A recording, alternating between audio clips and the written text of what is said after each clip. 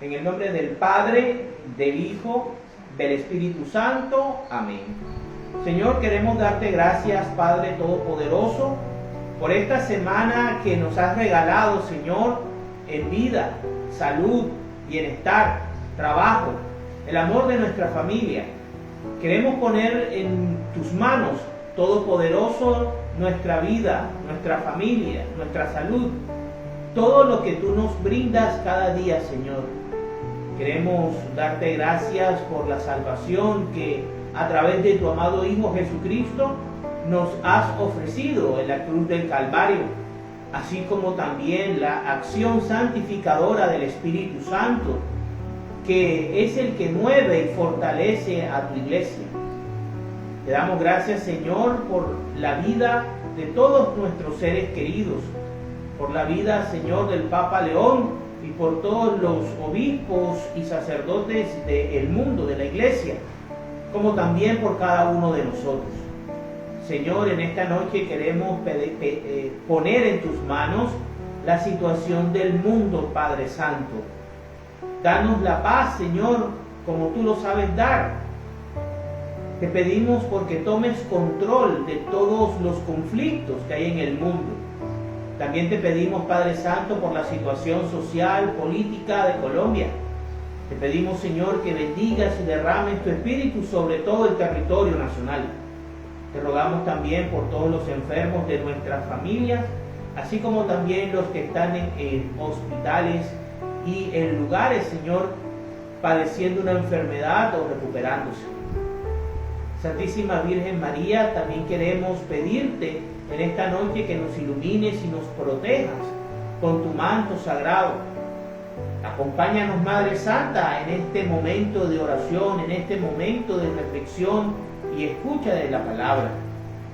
Pedimos también la presencia de los santos arcángeles Miguel, Gabriel y Rafael para que nos custodien y nos cuiden. Señor Jesucristo, te pedimos que envíes a tu Espíritu Divino para que sea Él el que nos guíe y nos oriente en esta noche. Sea Él el que nos abra las puertas del cielo y guíe nuestras palabras y la reflexión que en esta noche vamos a realizar. En el nombre del Padre, del Hijo, del Espíritu Santo. Amén. Capítulo número 13 del libro de Jueces. Nacimiento de Sansón. Pero los israelitas volvieron a hacer lo malo a los ojos del Señor, y el Señor los entregó al poder de los filisteos durante 40 años. En Sorá, de la tribu de Dan, había un hombre que se llamaba Manoa. Su mujer nunca había tenido hijos, porque era estéril. Pero el ángel del Señor se le apareció a ella y le dijo: tú nunca has podido tener hijos, pero ahora vas a quedar embarazada y tendrás un niño. Pero no tomes vino ni ninguna otra bebida fuerte, ni comas nada impuro, pues vas a tener un hijo al que no se le deberá cortar el cabello, porque ese niño estará consagrado a Dios como nazareo desde antes de nacer, para que sea él quien comience a librar a los israelitas del poder de los filisteos. La mujer fue a contárselo a su marido y le dijo: un hombre de Dios vino a donde yo estaba y me impresionó mucho, pues parecía el ángel mismo del Señor. Ni yo le pregunté quién era, ni tampoco él me lo dijo.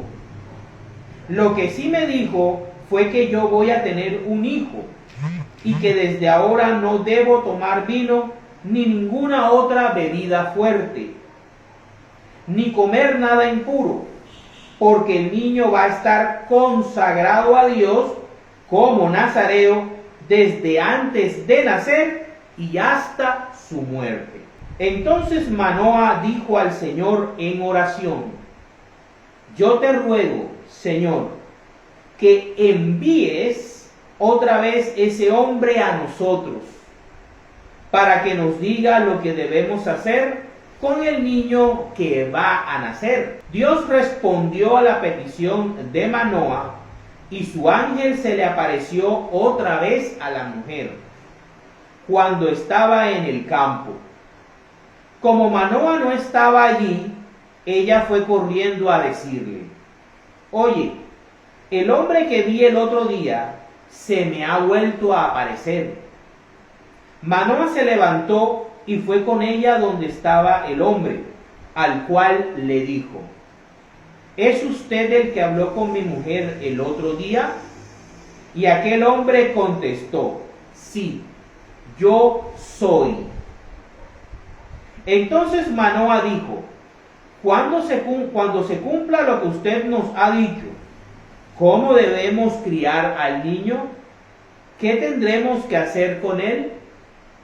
El ángel del Señor respondió: que tu mujer haga todo lo que le he dicho, que no tome vino ni ningún otro producto de la uva, ni ninguna otra bebida fuerte, ni coma nada impuro, simplemente que haga lo que le he ordenado. Manoah, sin saber que aquel hombre era el ángel del Señor, le dijo: por favor, quédese usted con nosotros a comer un cabrito que vamos a prepararle. Pero el ángel le contestó: aún si me quedara, no podría yo compartir contigo tu comida, pero puedes ofrecer el cabrito en holocausto al Señor. Entonces Manoah le dijo al ángel: díganos al menos cómo se llama usted, para que le estemos agradecidos cuando se cumpla lo que nos ha dicho. Pero el ángel respondió: ¿para qué quieres saber mi nombre? Es un secreto maravilloso.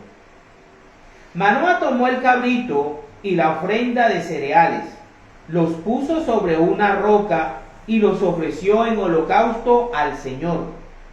Entonces el Señor hizo algo maravilloso ante los ojos de Manoah y de su mujer.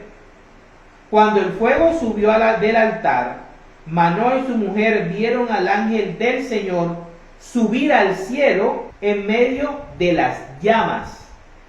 Entonces se inclinaron hasta tocar el suelo con la frente. Manoah se dio cuenta de que aquel hombre era el ángel del Señor, pues no se les volvió a aparecer ni a él ni a su mujer. Y le dijo a su mujer: con toda seguridad vamos a morir, porque hemos visto a Dios. Pero ella le contestó: si el Señor nos hubiera querido matar, no habría aceptado nuestro holocausto ni nuestra ofrenda, ni nos habría dejado ver estas cosas. Tampoco nos habría anunciado todo esto. A su tiempo, la mujer tuvo un hijo y le puso por nombre Sansón. El niño crecía y el Señor lo bendecía. Un día en que Sansón estaba en el campamento de Dan, entre Sorá y Estaol, el Espíritu del Señor comenzó a manifestarse en él. Palabra de Dios. Bueno, el capítulo número 13 del libro de Jueces nos habla acerca de los orígenes de el juez de Israel llamado Sansón. Cuando nosotros hemos estudiado en la infancia la historia de Sansón y hemos visto películas, hemos conocido de él que fue un hombre extremadamente fuerte. Y como lo veremos a lo largo de estos capítulos, del 13 al 16, creo, vamos a conocer su historia. Y vamos a ver cómo Dios a través de él, a través del Espíritu del Señor, va a intentar cumplir la misión, cumplir el plan de liberar a los israelitas de la opresión de los filisteos. El capítulo 13 comienza diciéndonos la situación en la que se encontraba Israel. Israel, después de Abdón, vuelve a caer en la idolatría y vuelve a hacer lo malo ante los ojos de Dios. Es el pueblo de Israel el que abandona al Señor. Es el pueblo de Israel el que se entrega a la idolatría. Es el pueblo de Israel el que, como lo hemos venido viendo, hemos venido observándolo, analizando, estudiando, continuamente va cayendo en rebelión, y esa rebelión los lleva a ser oprimidos por pueblos extranjeros, y luego de un cierto tiempo el Señor les envía un libertador o un juez que los va a guiar por cierto tiempo y les va a permitir solventar por cierto tiempo la opresión de esos pueblos. Esta es la historia de Sansón, que desde el principio se nos presenta como algo maravilloso, como algo fuera de lo común, fuera de lo normal, ¿sí? A diferencia de los otros jueces, Sansón es escogido desde antes de nacer, consagrado al Señor. Fíjense que para la Biblia, para el pensamiento judeocristiano, por eso la Iglesia Católica defiende la vida prenacimiento, prenatal. Para Dios, el tiempo de consagración de Sansón comienza desde antes de nacer, o sea, desde el mismo momento de la concepción, desde el mismo momento en que se forja el alma del ser humano, ya Sansón está consagrado, ya el alma cuenta para Dios, y ahí comienza entonces la consagración de Sansón, que según las palabras del ángel del Señor va a hacer durante toda su vida. Entonces, para el pueblo judío, para la teología judía, para la teología judeocristiana, el alma empieza desde el mismo proceso de la concepción. Ahí te asignan un código genético propio y te asignan un alma, un destino. El destino de Sansón era iniciar el proceso de liberación del pueblo de Israel del yugo filisteo. Pero es un yugo que es logrado o se lo gana Israel por su desobediencia. Mientras que el pueblo de Israel fuera fiel a Dios, nadie lo hubiese tocado. Es así como también a nosotros como cristianos, cuando nos alejamos de Dios, cuando buscamos otros caminos, cuando le quitamos el lugar de Dios para tenernos nosotros mismos, o dárselo a otras cosas como el dinero, como el poder, como la lujuria, ¿verdad? Ahí comenzamos a ser sometidos por esos enemigos del alma. El pueblo de Israel estaba sometido, y el Padre, el Señor, Dios, el Dios de Israel, envía a su ángel, a su mensajero personal, que es igual de Dios que el Padre, que Yahvé. Yahvé envía a su ángel, a su representante, a su escogido, a la imagen visible del Dios invisible, para anunciarle una buena noticia, una buena nueva a la esposa de Noa, de este israelita de la tribu de Dan, ¿sí? En Sorá, de que va a tener, siendo ella estéril, así como Sara, así como Isabel, ¿verdad? Siendo ella estéril durante toda su vida, esta esterilidad de ella, que para el pueblo de Israel era visto como una maldición, para ella se convierte en una oportunidad de que Dios manifieste su gloria. ¿Cómo? Permitiendo que en ella se geste un nazareo, un consagrado de Dios desde la concepción, desde antes de nacer, con el fin de que a través de ese varón, de ese hijo nacido especialmente, pueda Dios comenzar a librar a Israel de la opresión filistea. Y vemos cómo este ángel aparece como un hombre, tiene apariencia de hombre, el hijo del hombre. Y ella, aún a pesar de no tener un desarrollo teológico y un conocimiento profundo de Dios, ¿verdad? Estábamos en una época, en un contexto histórico y un contexto religioso bastante apartado de la presencia de Dios. Ella reconoce que este hombre es especial, reconoce que este hombre no es cualquier particular, ¿sí? Y comienza ella a ver en ese hombre la presencia de Dios, y queda atónita. Yo pienso que ella, más que la noticia de que siendo estéril toda su vida va a tener un hijo, lo que más le sorprende a ella es la imagen de ese hombre, la apariencia de ese hombre, la forma como ese hombre con su sola presencia la lleva a ir al misterio de la divinidad, ir al misterio de Dios. Y esto hace que ella corra a revelárselo a su esposo, a decirle lo que el esposo, lo que el ángel le había dicho, lo que le había ordenado. Eso es muy importante tener en cuenta en este capítulo. El ángel del Señor, el enviado de Dios, del Dios de Israel, le da unas instrucciones, le da unos mandamientos, le da un estilo de vida.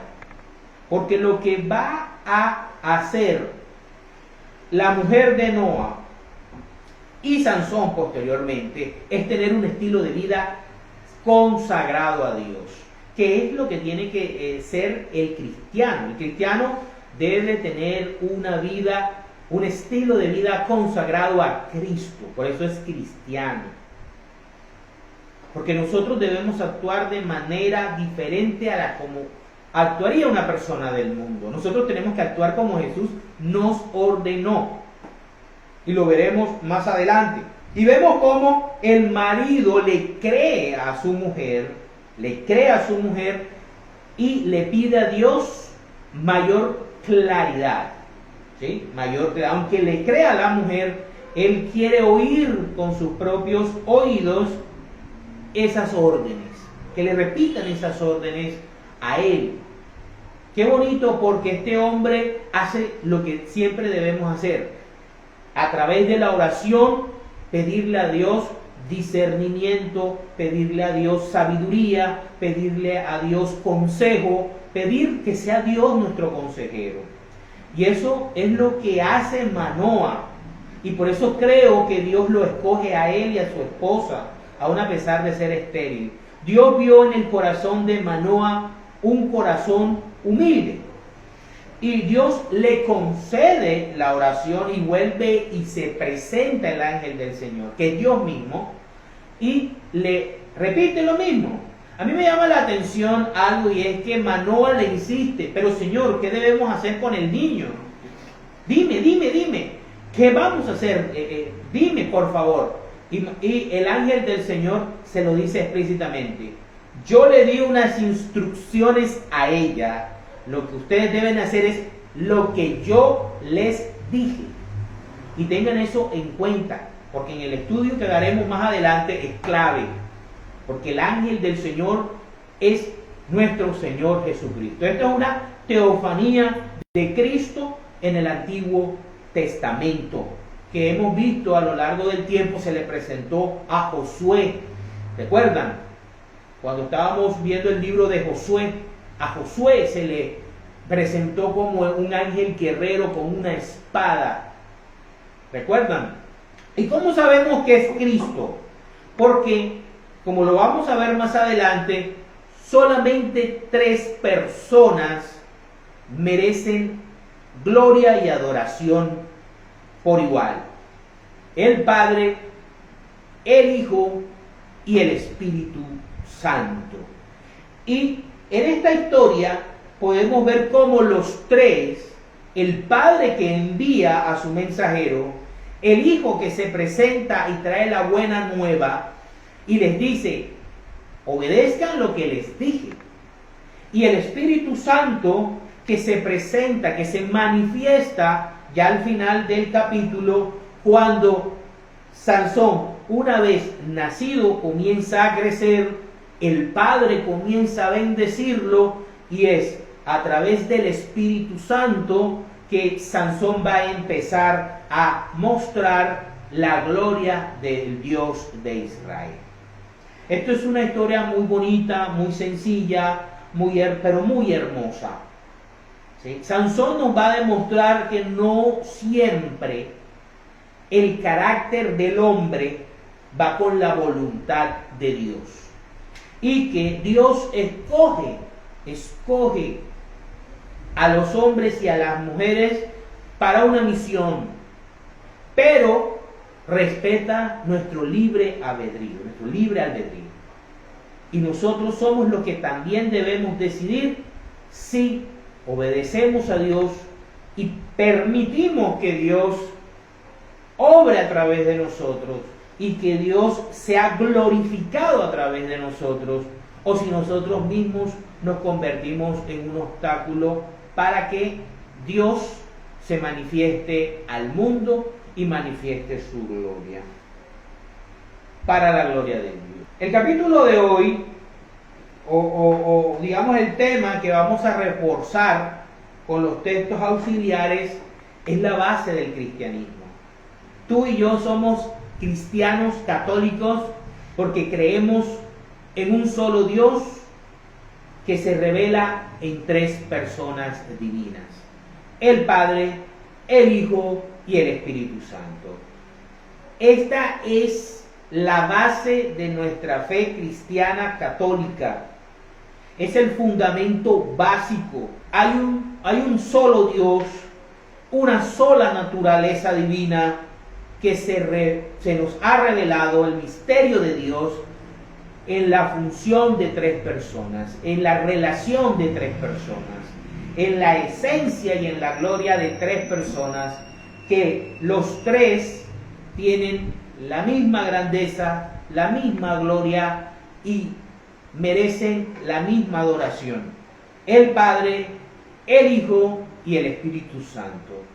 Esa es la base de nuestra fe cristiana católica. Ese fundamento no tiene negociación. Ha sido transmitido desde el siglo I, lo debemos recibir en el siglo XXI y debemos seguirlo transmitiendo de aquí en adelante. La fe, queridos hermanos y hermanas, no se interpreta. Tu fe la recibes, la vives, la meditas, la atesoras y la transmites. No la cambias. Lo que Cristo, el ángel del Señor, le reveló a los apóstoles fue lo que recibieron los obispos y son lo que se ha transmitido por medio de la Iglesia de siglo en siglo. Y debe ser así hasta el fin de los tiempos, hasta la parusia. Ahora, 3 personas divinas, un solo Dios verdadero. El católico cristiano tiene un solo Dios, la Santísima Trinidad. Dogma fundamental, cimiento de la fe cristiana católica. No tiene negociación. Defendido desde los primeros siglos con los concilios ecuménicos. Para eso se hizo el credo.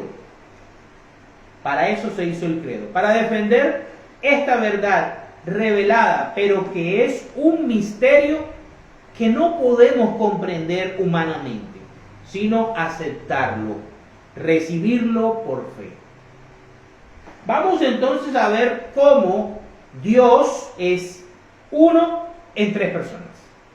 Vámonos al Evangelio de San Mateo, capítulo 3, versículos del 13 al 17. Jesús es bautizado. Jesús fue de Galilea al río Jordán, donde estaba Juan, para que éste lo bautizara. Al principio, Juan quería impedírselo y le dijo: yo debería ser bautizado por ti, ¿y tú vienes a mí? Jesús le contestó: déjalo así por ahora, pues es conveniente que cumplamos todo lo que es justo ante Dios. Entonces Juan consintió. En cuanto Jesús fue bautizado, ahí tenemos a Jesús, está en presencia de Juan, está siendo ungido rey de Israel por el último profeta del Antiguo Testamento, Juan, profetizado desde muchos siglos antes por los profetas. El Elías que debía de venir antes de el Señor, antes del Mesías. En cuanto Jesús fue bautizado y salió del agua, el cielo se le abrió y vio que el Espíritu de Dios bajaba sobre él como una paloma. Entonces ya aquí estamos viendo dos personas de la Trinidad, ahí mismo. El Verbo encarnado, el Hijo, el ángel del Señor, el enviado de Dios Padre, el Espíritu Santo que se manifiesta sobre él, ungiéndolo como ese aceite que se le derramaba sobre la cabeza a los reyes de Israel. Eso lo hizo Samuel con Saúl y lo hizo Samuel con David. En este caso era aceite que representaba al Espíritu Santo, la unción de un profeta. Acá viene el profeta más grande del Antiguo Testamento, Juan el Bautista. Juan el Bautista, el último de los profetas del Antiguo Testamento. Con la muerte de Juan termina oficialmente el Antiguo Testamento. Ya quedaría abolido la alianza del monte Sinaí el Viernes Santo, cuando Jesucristo dice: todo está cumplido, entrega su espíritu y el velo del templo se parte en dos. Ahí termina la alianza del monte Sinaí, la alianza con Moisés y con el pueblo de Israel. Pero el Antiguo Testamento a nivel profético, a nivel de profetas, termina con la muerte de Juan el Bautista. Siendo Juan el más grande de los profetas del Antiguo Testamento, él unge con el Espíritu Santo que se manifiesta como paloma, sobre Cristo, ungiéndolo como rey de Israel legítimo, como la estirpe de David. Y va a quedar Jesús como el último de los reyes del Israel bíblico. Fíjense, voy a repetir, dice: en cuanto Jesús fue bautizado y salió del agua, el cielo se le abrió y vio que el Espíritu de Dios, o sea, el Paráclito, el Consolador, bajaba sobre él como una paloma. Se oyó entonces una voz del cielo que decía: este es mi Hijo amado. O sea, está hablando el Padre, está refiriéndose al Hijo. ¿Cuál es el Hijo? Jesús. Este es mi Hijo amado a quien he elegido. El Espíritu Santo desciende del cielo, desciende del Padre para ungir al Hijo. Aquí tenemos explícitamente la acción del Espíritu Santo. ¿Recuerdan lo que Dios, el Señor, permitió que viera Manoa y su esposa? que cuando estaban haciendo el holocausto permitió que vieran al ángel del Señor ascender al cielo. Fíjense, aquí Juan el Bautista y todos los que estaban ahí como testigos, y aún Mateo, ¿verdad? Después va a recopilar esta historia, va a recopilar este hecho, este acontecimiento, y lo va a escribir de una manera explícita. Yo no entiendo por qué a lo largo de los siglos, y sobre todo en el siglo XX, ha surgido una denominación religiosa que niega la Santísima Trinidad y que se arropa y dice que ellos son la iglesia verdadera y que solamente es Cristo y que el Padre y el Espíritu Santo son solamente manifestaciones o disfraces del mismo Cristo. Otra dominación religiosa que dice que no, que solamente es Jehová, cuando aquí la palabra de Dios explícitamente nos permite a nosotros entender que hay un Padre que está bendiciendo, que ha escogido y que ha enviado, que hay un Hijo que está siendo ungido, que está siendo escogido, y que hay un Espíritu Santo que está descendiendo y que está santificando y ungiendo a ese Hijo. Así es como el Señor ha querido revelar este misterio llamado Dios, que es la Santísima Trinidad. 3 personas divinas, 3 personas con igual substancia, con igual esencia, con igual naturaleza, que merecen nuestra total adoración. ¿Sí? Vamos ahora a ver qué nos dice Jesús más explícitamente de esto. Vámonos a el Evangelio de San Juan, capítulo 14, versículos del 1 al 31, todo el capítulo. Este capítulo es muy trinitario. Dice, Jesús, el camino al Padre. Y dentro del mismo capítulo dice, Jesús promete enviar al Espíritu Santo. ¿Sí? Jesús es el camino al Padre. Aquí hay 2. Y Jesús promete enviar al Espíritu Santo. 3. Y los 3 conforman Dios. Los 3 son un solo Dios. Lo que pasa es que si lo vemos de manera humana y matemática, no nos cuadran los cálculos.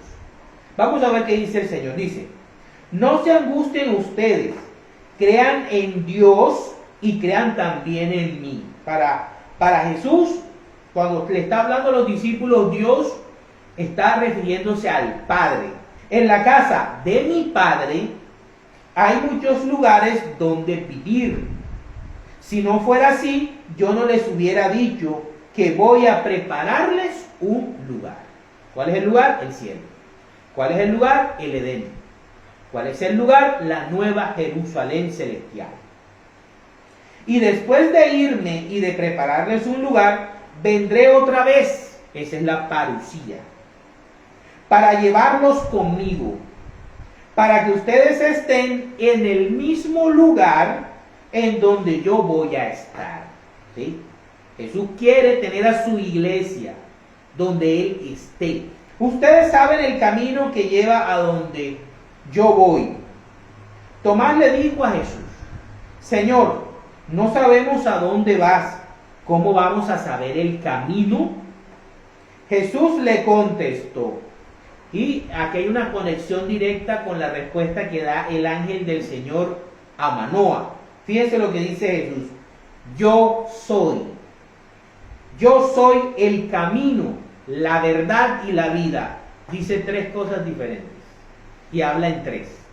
Yo soy el camino, la verdad y la vida. El camino es Él, la verdad es el Espíritu Santo y la vida es el Padre. Yo soy el camino, la verdad y la vida. Y aún así, Jesús es las 3 cosas. ¿Por qué? Porque el Padre está en el Hijo está en el Padre y el Espíritu Santo está en los 2. Es un poco confuso. Sí, por eso el misterio de la Trinidad uno lo acepta y lo ama. y no intenta despedazarlo ni intenta filosofarlo con estas cabecitas, porque no nos da. Es tratar de meter el océano Pacífico y el océano Atlántico en un vaso de agua. Solamente por mí se puede llegar al Padre. Si ustedes me conocen a mí, también conocerán a mi Padre. Y ya lo conocen desde ahora, pues lo han estado viendo. Felipe le dijo entonces: Señor, déjanos ver al Padre. ¿Recuerdan el miedo que tenía Noa? Que si vieron a Dios, iban a morir. Fíjense, Felipe quiere ver al Padre, ¿sí? Y con eso nos basta. Jesús le contestó: Felipe, hace tanto tiempo que estoy con ustedes y todavía no me conoces. El Padre habla a través del Hijo. El Padre permite verse porque Él es invisible.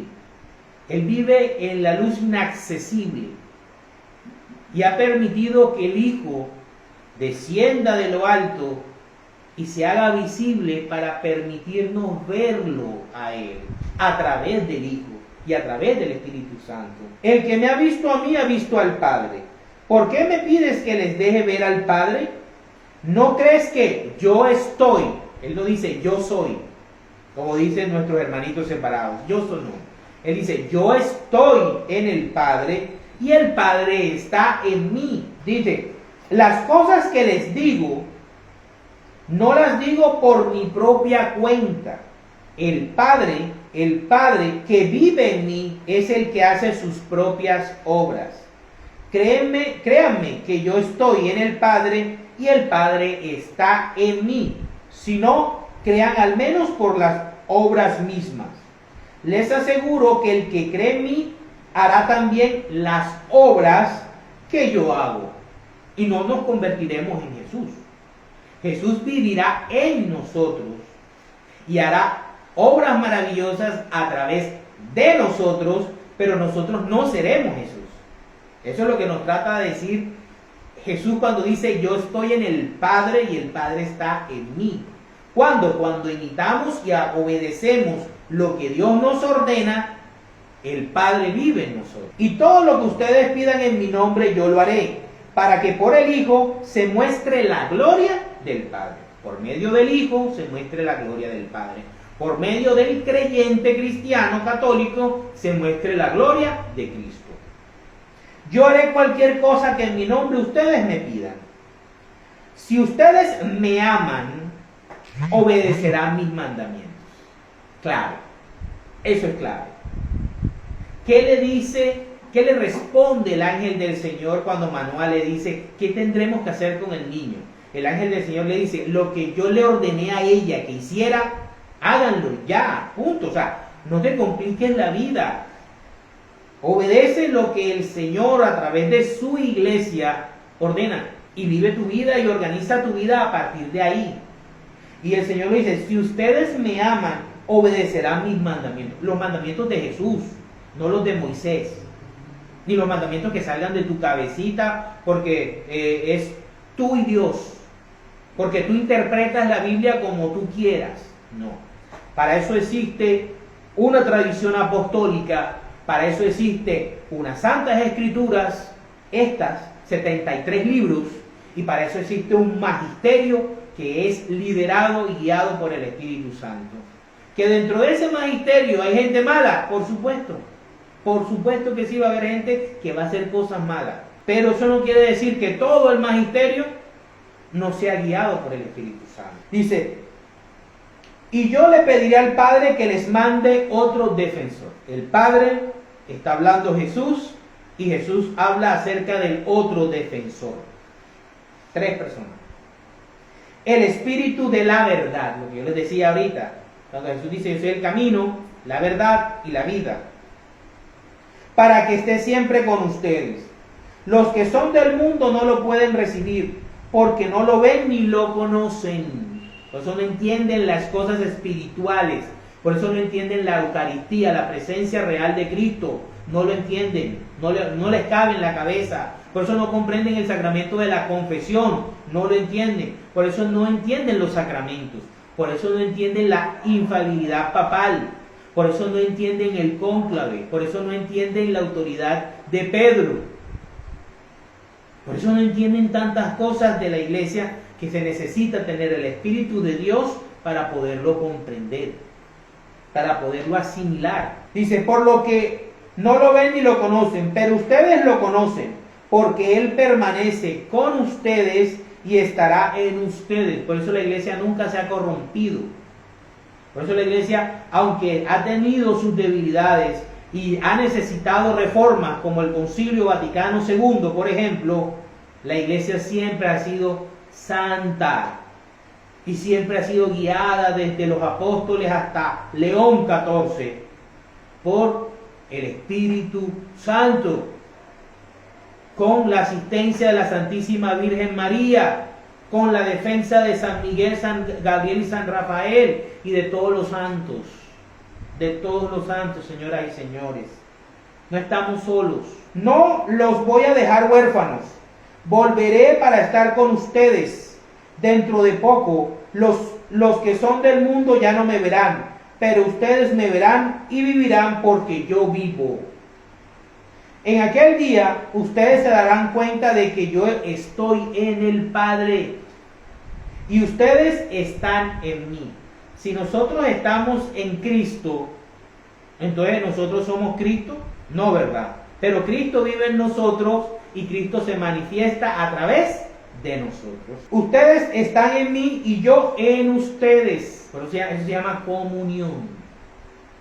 El que recibe mis mandamientos y los obedece, como el ángel del Señor le pidió a Manoa y a la esposa de Manoa, demuestra que de veras me aman. Y mi Padre amará al que me ama. Y yo también lo amaré y me mostraré a él. Judas, no el Iscariote, le preguntó, Señor, ¿por qué vas a mostrarte a nosotros y no a la gente del mundo?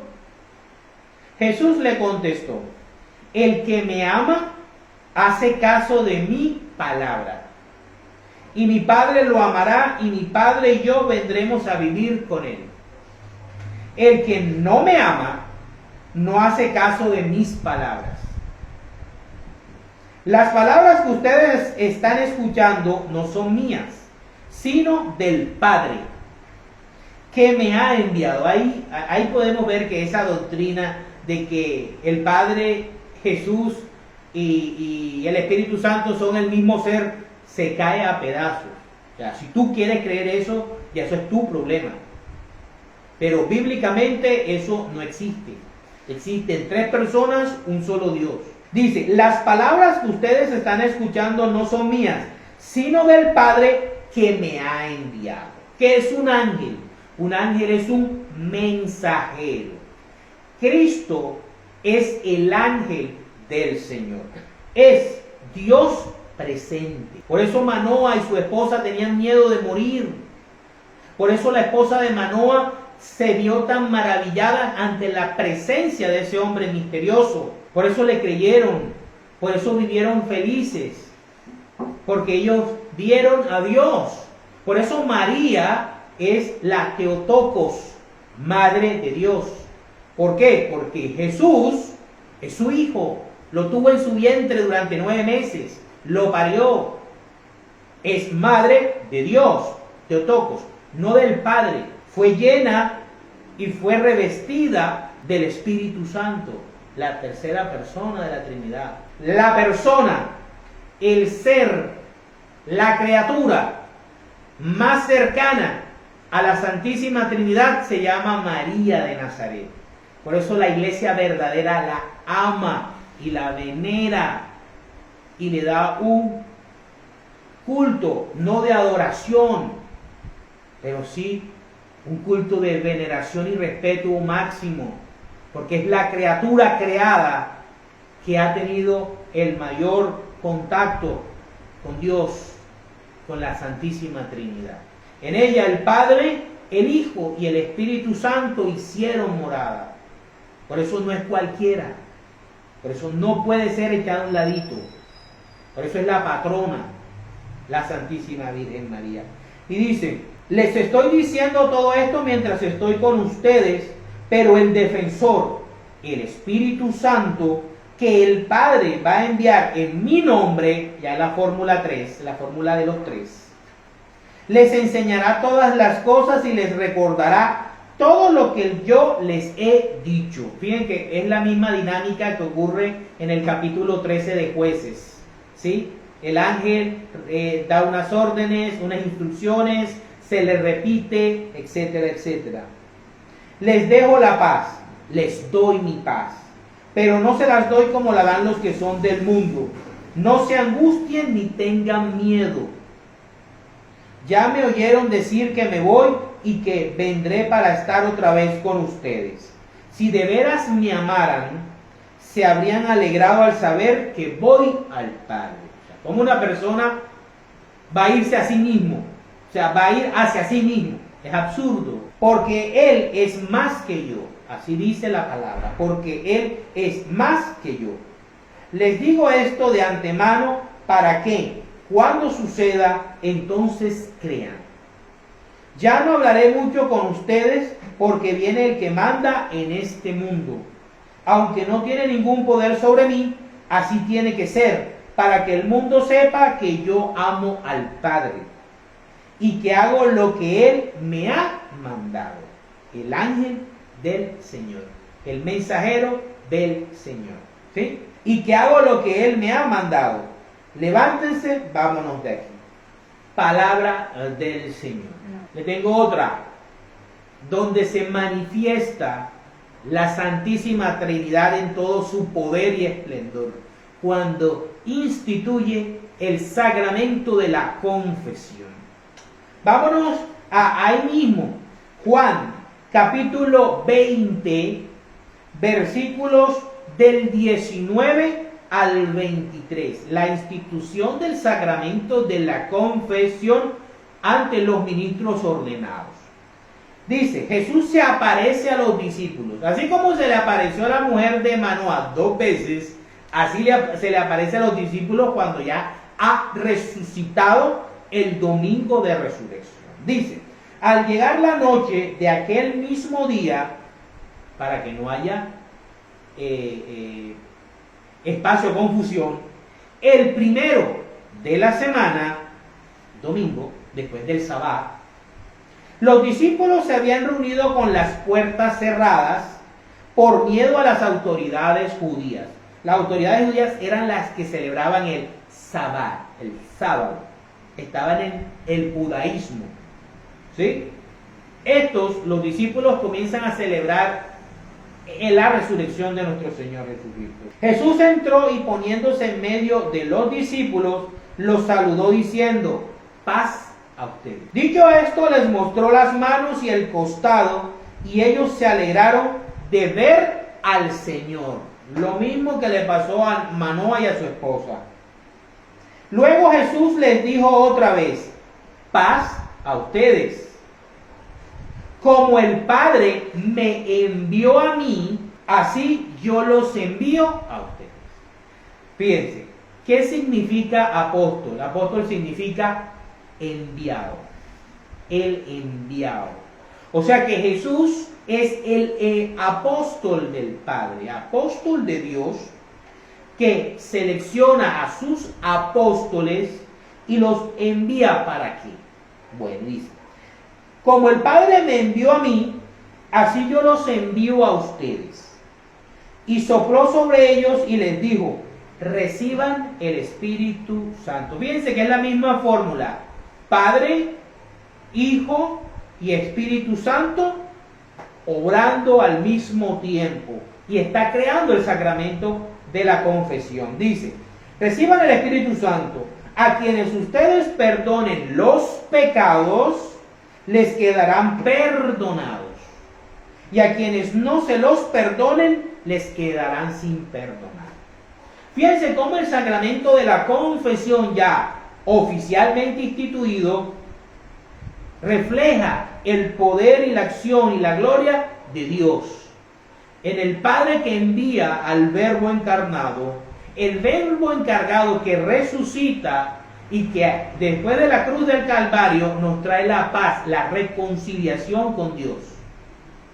Y este Verbo encarnado, este ángel del Señor, envía a sus propios apóstoles para que al recibir el Espíritu Santo los unge, así como él fue ungido por Juan el Bautista, los unge para que ellos puedan transmitir el perdón de los pecados, para que exista un sacramento de la confesión, para que exista un signo visible de la acción gloriosa de Dios.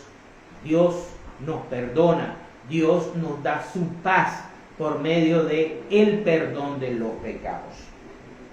Vemos aquí también cómo está el Padre, está el Hijo y está el Espíritu Santo. Para terminar, vamos a tratar de dar como una analogía de cómo funciona la Santísima Trinidad. Pero vamos a quedar siempre cortitos, siempre vamos a quedar cortos, porque la Trinidad es un misterio que debemos recibir con el corazón abierto y amarlo, porque es la base de nuestra existencia cristiana católica. Vámonos a 1 Corintios capítulo 12, versículos del 12 al 21. Dice: el cuerpo humano, aunque está formado por muchos miembros, es un solo cuerpo. Ojo, Dios, aunque está formado por 3 personas con la misma esencia, con la misma consustancia, con la misma naturaleza divina, con la misma gloria, poder y majestad, sigue siendo un solo Dios. ¿Sí? Así también Cristo. Y de la misma manera, todos nosotros, judíos o no judíos, esclavos o libres, fuimos bautizados para formar un solo cuerpo. No múltiples, 72,000 iglesias, que cada iglesia tiene su propia pastor y su propia interpretación bíblica. No, un solo cuerpo, por medio de un solo espíritu, y a todos se nos dio a beber de ese mismo espíritu. Un cuerpo no se compone de un solo miembro, sino de muchos. Dios está compuesto de 3 miembros, de 3 personas divinas, ¿sí? Como lo establece el catecismo de la iglesia. Si el pie dijera, como no soy mano, no soy del cuerpo, como si el Padre dijera, como soy el Padre, no soy Dios, o si el Hijo dijera, como soy el Verbo encarnado, no, ya no soy Dios, o como si dijera el Espíritu Santo, porque soy el Espíritu, entonces no soy Dios. No, los 3 son Dios. No por eso dejaría de ser del cuerpo. Y si la oreja dijera, como no soy ojo, no soy del cuerpo, por eso no dejaría de ser del cuerpo. Si todo el cuerpo fuera ojo, no podríamos oír. Y si todo el cuerpo fuera oído, no podríamos oler. Pero Dios ha puesto cada miembro del cuerpo en el sitio que mejor le pareció. Si todo fuera un solo miembro, no habría cuerpo. Lo cierto es que, aunque son muchos los miembros, el cuerpo solo es uno. El ojo no puede decirle a la mano, no te necesito. Ni la cabeza puede decirle a los pies, no los necesito. Palabra de Dios. Entonces, el Padre, el Hijo y el Espíritu Santo tienen una relación tan profunda, tan misteriosa, tan divina, tan fuerte, que es un misterio inaccesible, que solamente como cristianos católicos debemos aceptar, amar y vivir en razón de Dios. En el nombre del Padre, del Hijo, del Espíritu Santo. Amén.